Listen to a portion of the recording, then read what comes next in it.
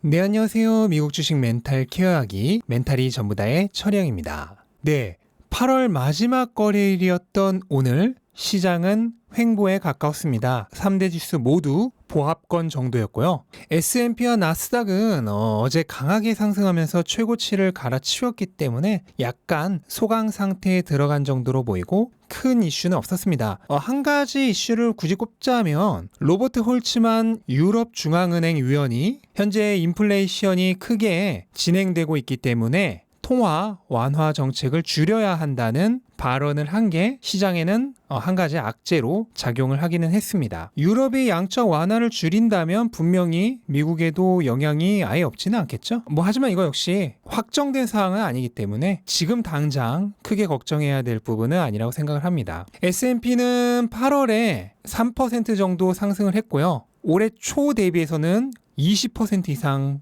올랐습니다. 또한 나스닥 역시 4% 상승을 했고 다우가 상대적으로 가장 저조했는데 그럼에도 불구하고 1% 넘게 상승을 했습니다. 그러니까 미국 주식 전체가 굉장히 좋다고 볼 수 있겠죠. S&P는 올해 1월을 제외하고는 단 한 달도 하락한 적이 없습니다. 9월은 어떨지 기대가 좀 되죠. 왜냐면 9월은 전통적으로 우리가 주가가 내리는 달이라고 얘기를 하는데 과연 이번 9월에도 주가가 내릴지 개인적으로는 테이퍼링 이슈가 있기 때문에 9월이나 10월은 주가가 내릴 가능성도 충분히 있다고 생각을 합니다. 하지만 조정도 투자의 일부라 생각해야 되죠. 미리 인정을 하고 있어야 합니다.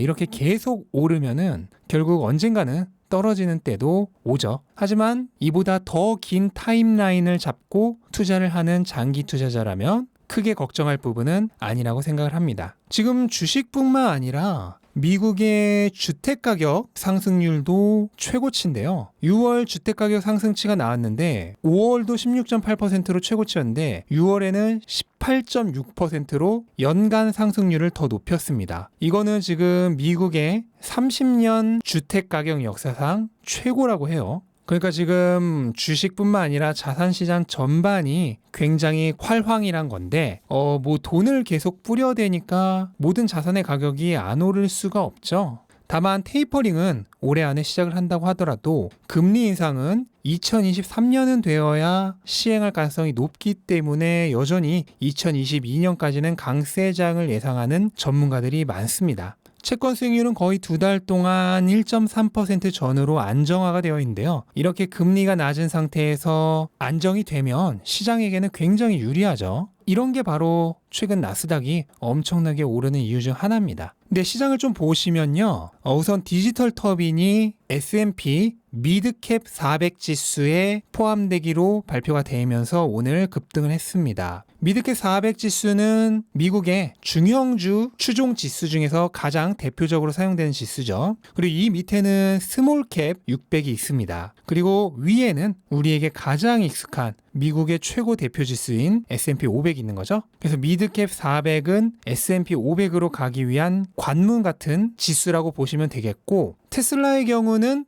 스몰캡 600이나 미드캡 400에 포함되는 일 없이 그냥 S&P 500으로 바로 직행을 했죠. 하지만 대부분은 미드캡 400을 거쳐 S&P 500으로 편입이 됩니다. 그래서 어쨌든 미드캡 400에 편입되었다는 건 매우 긍정적인 뉴스겠습니다. 네, 그리고 오늘 준비디오가 실적 발표를 하고 정말 엄청난 개파락을 했는데요. 일단 실적 자체는 나쁘지 않았어요. EPS는 1달러 36센트로 시장 기대치를 10% 이상 초과를 했고 매출도 10억 달러를 넘기면서 시장 기대치를 초과 달성을 했습니다. 그리고 가이던스도 나쁘지 않았는데 매출과 EPS 모두 시장 기대치와 거의 비슷한 수준의 가이던스를 발표했어요.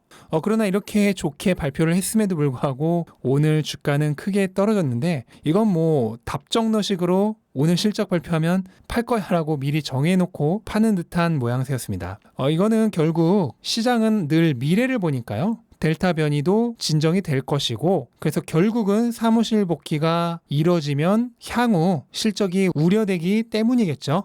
네, 그리고 오늘 버진 갤럭틱이 9% 정도 급등을 했는데요. 제프리가 33달러의 목표 주가와 함께 매수 등급으로 버진 갤럭틱을 커버하기 시작했다는 소식 때문입니다. 사실 제프리의 목표 주가는 오히려 시장 평균보다는 낮은 겁니다. 현재 애널리스트 11명의 버진 갤럭틱의 평균 목표 주가는 36달러로 현재 주가보다 거의 30% 높은데요. 그만큼 버진 갤럭틱에 대한 평가가 나쁘지 않은 것 같습니다. 네, 그리고 GM이 최근 말이 많았던 쉐보레 볼트의 생산을 일시 중단했습니다. GM은 LG 에너지 솔루션이 만드는 배터리가 안전하다는 확신이 들 때까지는 생산을 하지 않을 거라 얘기를 했는데요.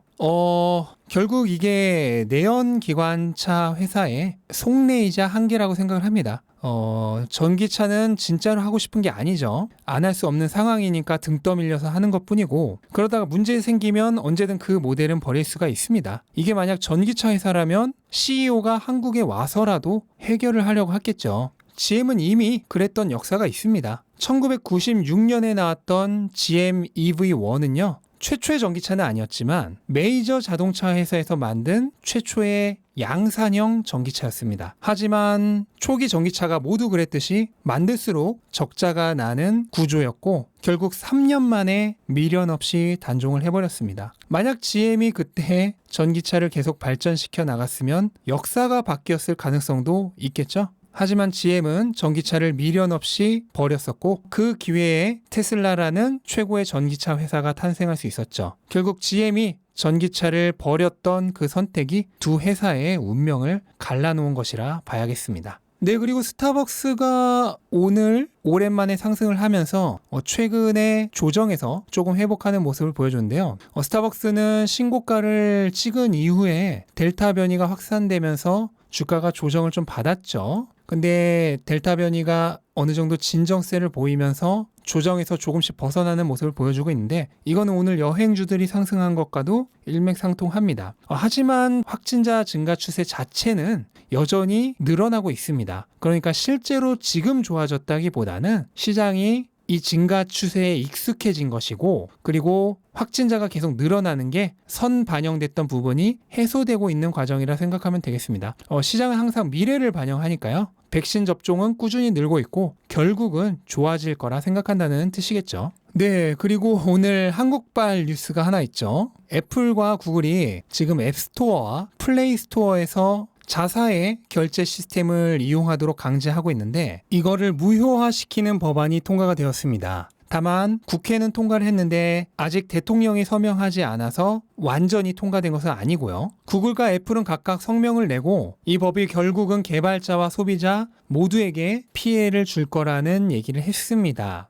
근데 이제 애플과 구글 입장에서 두려운 것은 한국 시장 자체보다도 이런 이제 선례가 생기면은 이게 다른 나라에서도 비슷한 법안이 통과될 수 있다는 거죠. 그게 두려운 부분이고 다만 이 법안이 미국과 한국 간의 무역 협정을 위반할 수도 있다는 의견도 있습니다. 그래서 미국에서 자국 기업 보호를 위해 오히려 강력하게 반발을 할 가능성도 있기 때문에 이 법안이 정말 최종적으로 적용이 될지는 조금 더 지켜봐야 하는 부분입니다. 네, 그리고 테슬라는 오늘 상승을 하면서 중력권은 일단 돌파했다고 봐야겠습니다. 다만 오늘 시장 상황도 그랬고 힘이 강한 모습은 아니었기 때문에 2, 3일 내로 되돌아간다면 이 저항선 돌파는 거짓 돌파일 가능성도 아직은 존재합니다. 그런데 우리가 뭐 이런 주가 하루 이틀 보면서 하는 건 아니죠.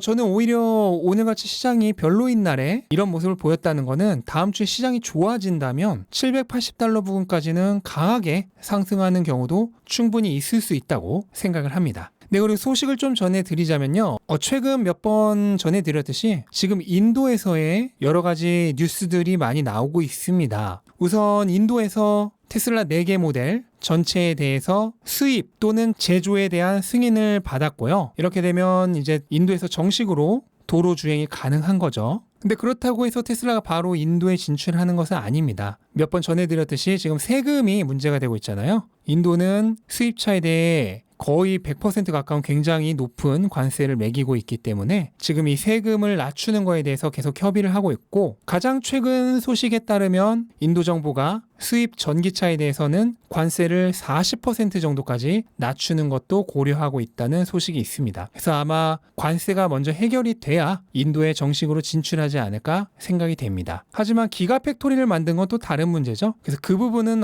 조금 더 지켜봐야 할 필요가 있다고 생각을 해요. 네, 그리고 어제도 전해드렸지만 지금 기가 상하이는 부분적으로 생산을 쉬고 있는 건 거의 확실해 보입니다. 그렇다면 8월에 7월보다 오히려 생산량이 줄어들 가능성이 있어요. 그리고 직접적인 언급은 없지만 정황상 반도체 부족으로 인한 영향이 거의 확실해 보이고요. 그렇다면 이런 게 다 드러났을 경우 단기적으로 악재로 작용할 가능성도 있습니다. 현재 전기차 섹터 전체가 최근 계속 조정을 받았던 것도 바로 이 반도체 공급 부족 문제 때문이죠. 그리고 프리먼트 공장도 지금은 정상으로 돌아왔지만 7월에 부분적으로 가동 중단이 있었기 때문에 결국 3분기 인도량은 당초 예상이었던 22만 대 초반대 정도에서 크게 올라가기는 어려울 것 같습니다. 하지만 그렇다고 크게 줄어드는 건 아니고요. 우리는 모두 예상을 뛰어넘기를 기대를 했죠. 근데 그냥 딱 예상대로 되는 정도라고 보면 되겠습니다. 그렇다면 현실적으로 어제 전해드렸던 이 수출 물량 34,000대 정도는 거의 무리이지 않을까 싶고요. 이 뉴스가 맞을 확률은 많이 줄어드는 게 아닌가 생각을 합니다. 그래서 너무 큰 기대는 안 하시는 게 좋을 것 같습니다. 네, 이상으로 8월의 마지막 거래일 시장을 정리해 봤습니다. 결국 8월도 상승으로 마무리를 했죠. 그리고 이제 모든 사람이 두려워하고 있는 공포의 9월로 접어드는데